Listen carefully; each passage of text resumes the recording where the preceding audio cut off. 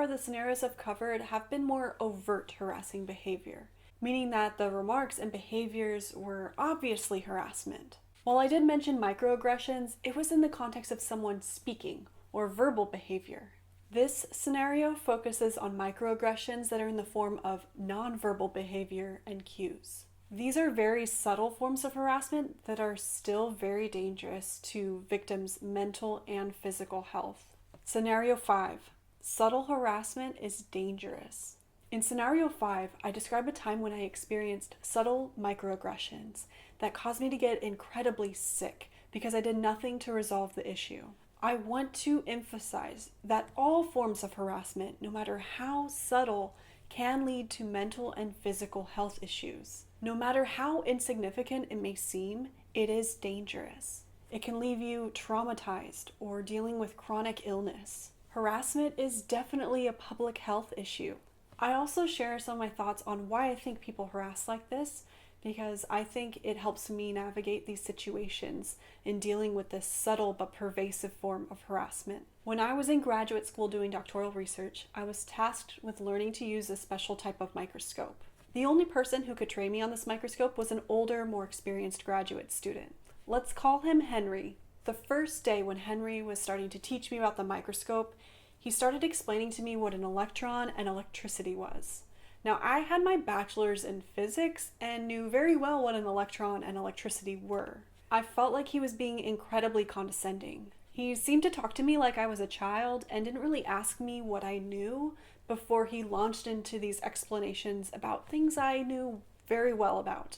I'm sure you've experienced something like this too, where someone's explaining something to you that you already know, but they're being super condescending about it. And since I had experienced this before from different people, I did what I typically do, which is just brush it off, move on. I just need to learn how to use this microscope, and he's the only person to teach me how. So I wasn't going to be problematic or make a fuss or react in a way that maybe would make him like me less. As I continued working with Henry, I noticed other things, like the way he would sprawl out at the microscope so that I didn't have any room to sit next to him, and I would have to squeeze in next to him or just look over his shoulder at the computer screen as he was using it. He didn't make me feel welcome or included in lab.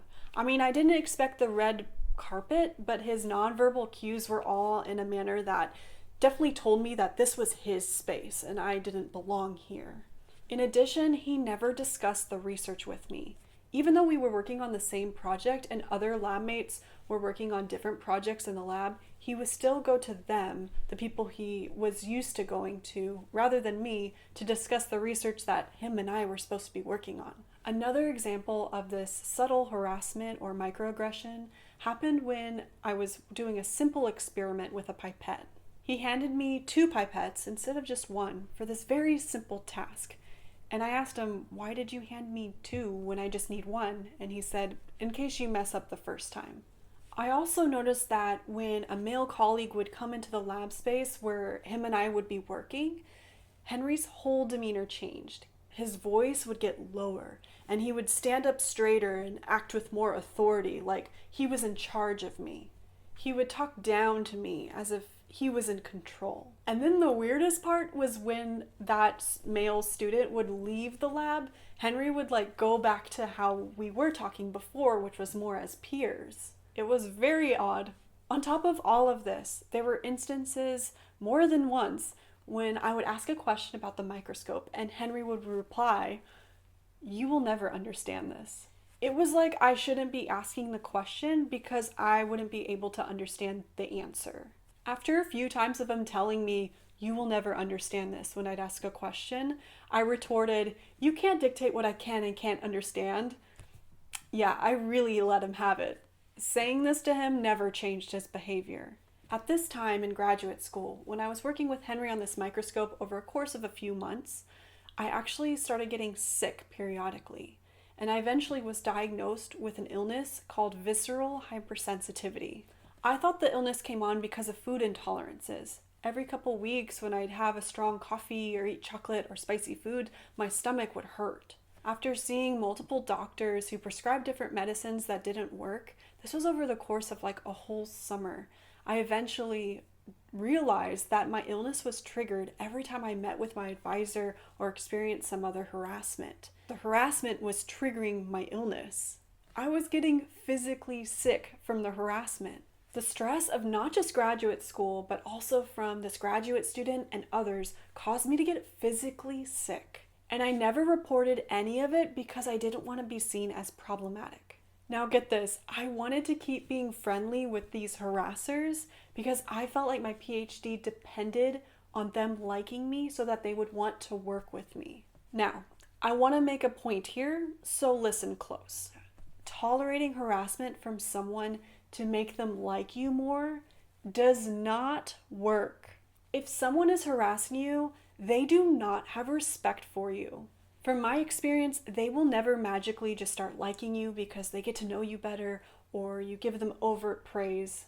Those behaviors towards someone to increase likability actually just lets them get away with treating you poorly. It teaches them that it's okay to treat you disrespectfully or even abusively.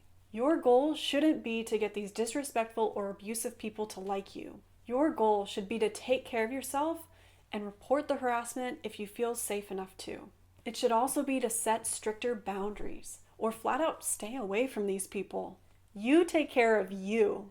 This is related to number 3 of the resilience mindset, of course. You only have control over your own actions. So by the time I realized that I should speak up about this subtle harassment, it was too late. Henry had gone on to work at the National Lab, he completed his PhD, and I was chronically sick and had tension with my advisor. I would tell my advisor about my illness, but he never referred me to any kind of resources to help.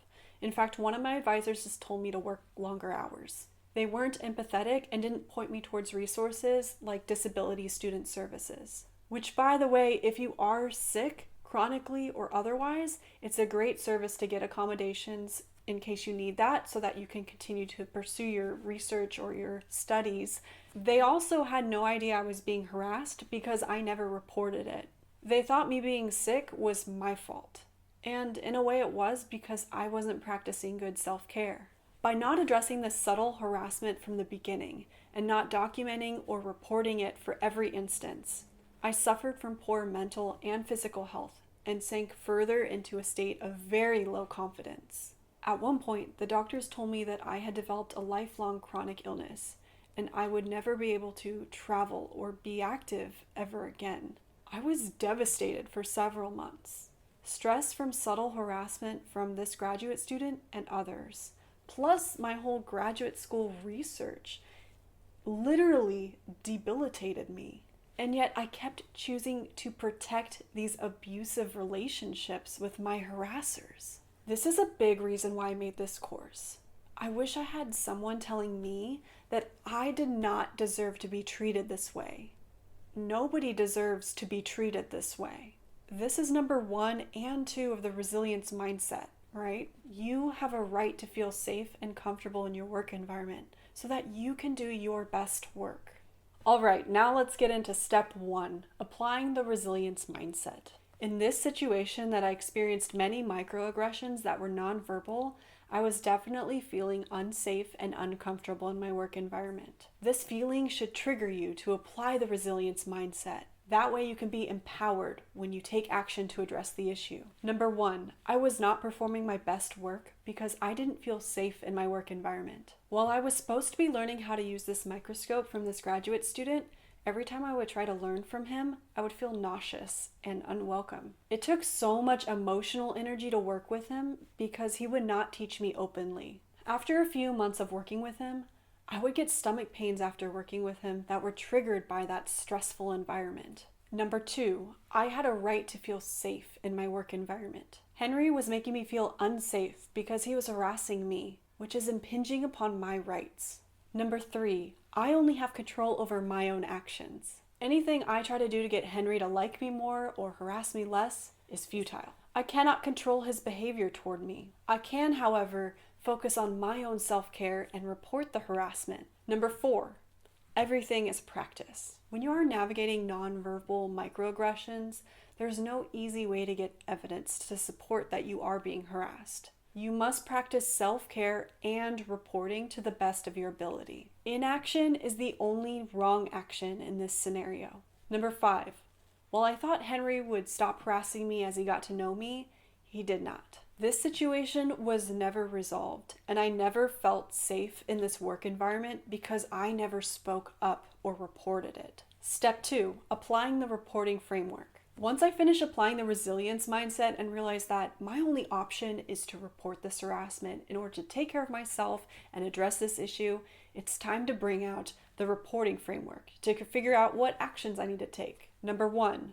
My harasser is a graduate student in this lab, and he will likely go on into a national lab that I will be collaborating with as I continue to complete my PhD. This means that even when he leaves, I still may have to depend on him to complete my PhD. He may have influence to an extent over the completion of my PhD. While on the surface we are friendly for the most part, and I do feel comfortable talking with him even though he harasses me, it does require additional emotional labor on my behalf because I feel like I'm walking on eggshells around him trying to get him to like me. This is not the sign of a healthy relationship at all. Number 2.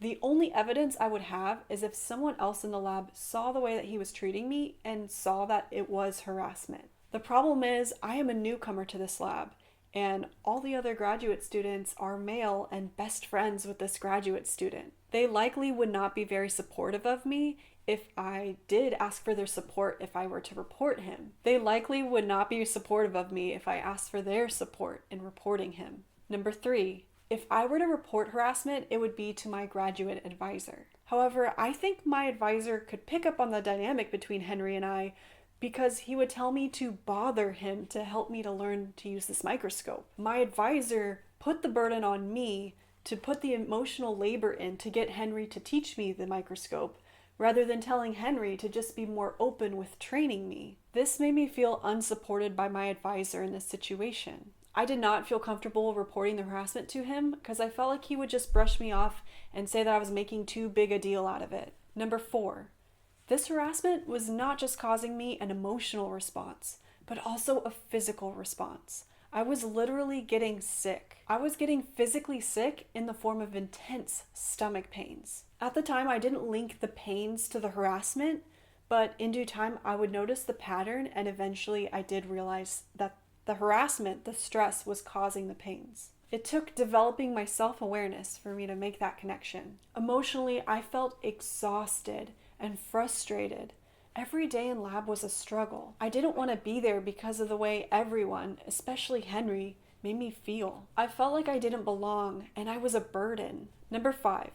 At this university, I was protected by legislation for harassment, but I didn't have evidence to support that this harassment was because I was female or some other protected category. My harasser, however, was creating a toxic work environment for me, and I could have leveraged that perhaps to file a formal report. It would have been good for me to bring this issue up with the Office of Equal Opportunity and Diversity or the Ombudsman Office, especially because I didn't feel comfortable bringing up this issue with my advisor. Based on the reporting framework, it's clear to me that I should have gone to the Office of Equal Opportunity and Diversity to at least just share with someone there what was going on and ask for advice on how to navigate it. Perhaps they could have helped me understand if I could file a formal report, or they could have pointed me in direction of ways in which I could care for myself so that I feel safe and comfortable in my work environment. To this day, I don't think my advisor would have been very helpful in this scenario. I also wish I had taken better documentation of every incident in which this graduate student made me feel uncomfortable. There are a few learning points I want to share regarding this situation. First, I will share about how harassment can cause physical and mental illness. Second, I'll share why I think Henry was harassing me. Harassment can be dangerous because it can cause physical and mental illness. In my experience, I had no idea that my illnesses were linked to my harassment until I realized that my illnesses were triggered by my toxic work environment. I would get bad stomach pains after I would meet with my advisor or after my lab mates would harass me. My body had a physical response to the harassment. Because I thought my stomach pains were due to food intolerance, I was eating a very restrictive diet of just bland foods. And because of that, I was getting malnourished, which was further exacerbating my stomach pains. I lost about 30 pounds in 3 months because of my disordered eating.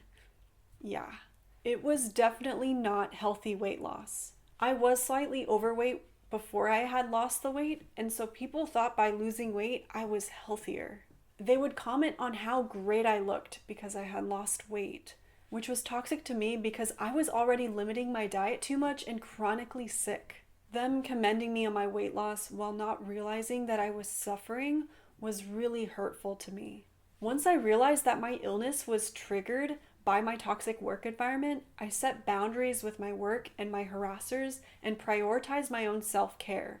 I started meditating and practicing mindfulness, and almost immediately I noticed results. I stopped having stomach pain the moment I decided to practice mindfulness. It took about 3 months of practicing mindfulness and caring for myself for my body to feel better and for me to be more functional. It was incredible to me that by just practicing mindfulness and self-care and setting boundaries, not working weekends, I basically cured myself of an illness that doctors were prescribing me medicine for. By tuning into my intuition and experimenting with self-care practices, I cured myself of my illness. It's amazing to me how connected our mind and our gut are. There are neurons in our gut. It's like it's our second brain. Looking back, it makes complete sense why my stress would affect my digestion. To this day, I've never experienced stomach pains like I did back then, but I still do have a little bit of PTSD, and my anxiety does trigger my lack of appetite, which could lead to my eating disorder if I don't practice self-care. Now, everyone has different physiological responses to stressful situations. While I feel it in my gut, other people may feel it in their head or their chest. Of all the harassment I've experienced, it is this type of subtle harassment and emotional abuse from my advisor that gave me PTSD. Microaggressions are so difficult to detect, and that's why it's so important to practice self-awareness so that you can be aware if someone makes you feel uncomfortable or unsafe. This is your primary indicator that someone is harassing you, even if you don't recognize that behavior as harassment. Through this experience, I really realized that I needed to address harassment right from the beginning, no matter how subtle it is. This is what led to my first time reporting harassment, which I described in scenario 2. Recovering from PTSD from the harassment I faced in graduate school has not been easy. A big component of my recovery has been trying to understand why Henry harassed me to begin with. It's enabled me to forgive him.